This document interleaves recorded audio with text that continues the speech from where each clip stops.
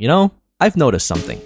Anime has this ability to make any food we eat look sexy. Doesn't matter what food it is. It could be a fucking cucumber and they will make that shit look like the most sumptuous, mouth-watering dish I'd ever laid eyes on. And Queso would still put it in a solid 6.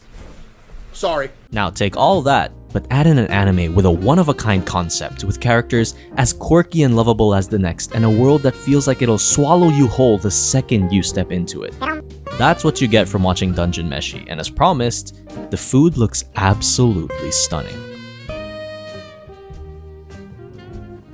One tiny little detail though, this actually came from this.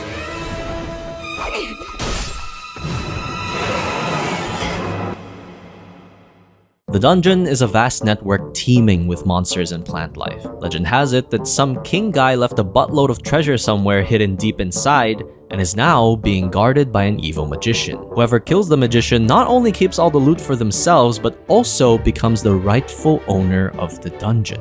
Not gonna lie, if that were me, I'd be coming in last second to KS that bitch. In Dungeon Meshi, we follow a group of 4 characters: Laios, Marcille, Chilchuck, and Falin. In Dungeon Meshi, we follow a group of 3 characters. Falin gets one shot trying to protect her brother, but before she gets eaten, she manages to teleport everyone to safety. Laios decides to head straight back in, but with no money or food to their name, they won't be able to make it in time to save Falin before she's digested.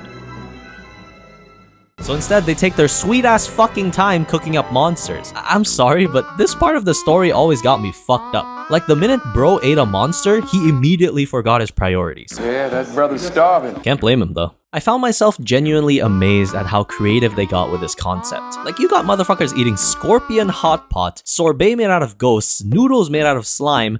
Of course you'd make tempura out of a big bat. We tried it with soup, it didn't work. This anime does a perfect balancing act of making creatures look appetizing while keeping its realism. And I think part of that is because they treat each monster like actual animals. Senshi is the Gordon Ramsay of this anime. He knows the ins and outs of almost every monster, so whenever we come across a new species like chicken snakes or mermaid man, he and Laios will just start yapping about every fact and info they know about them. Their anatomy, biology, cookability, fuckability, no details are left unsaid. One of the biggest pitfalls an anime can fall through is too much exposition. You know the thing, characters sitting in a room, barely no frames being used, and people are just talking. I thought somebody was in here. Someone else? Who? You know who I'm talking about. Your little imaginary friend.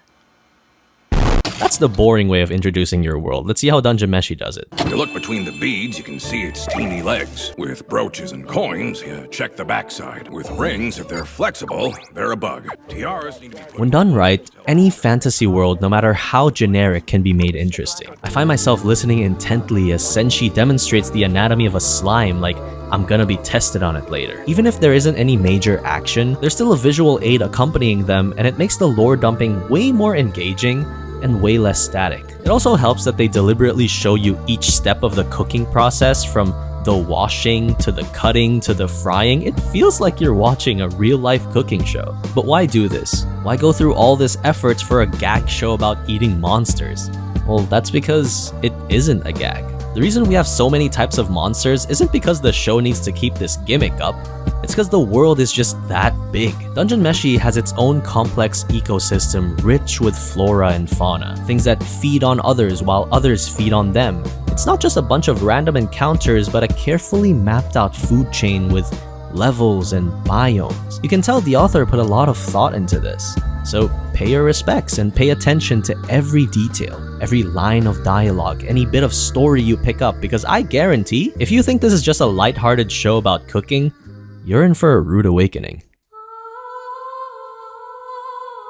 The latter half of the season is where food takes a back seat, and something I mentioned earlier in passing slowly creeps up to the forefront. Something about treasure, a magician, owning a dungeon. Oh shit, Falin's still trapped down there. This anime is so good at keeping you engaged with the cooking that we forget about the main plot point. So much so that near the end of every episode, they have to remind you, hey, that bitch is still down there.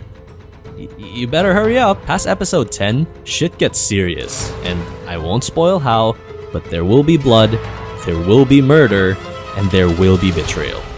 It's getting sussy! Dungeon Meshi has an ever-revolving door of parties that come in and out of the story. Some good, some bad, but at the end of the day, most of our time is spent with these 4 goobers. So let's explore each one, starting with Laios. Laios is a fucking idiot who will put him and others in danger all for the sake of eating monsters.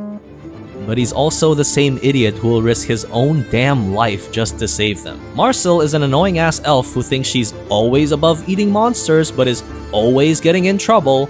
Did I mention she's super annoying? But she's also one of the strongest and most loyal teammate who will always stay by your side. Chilchuck, on the other hand, is logic above friendship. He will never do anything dangerous that could cost him his life and gets super pissed off when you don't listen to his advice.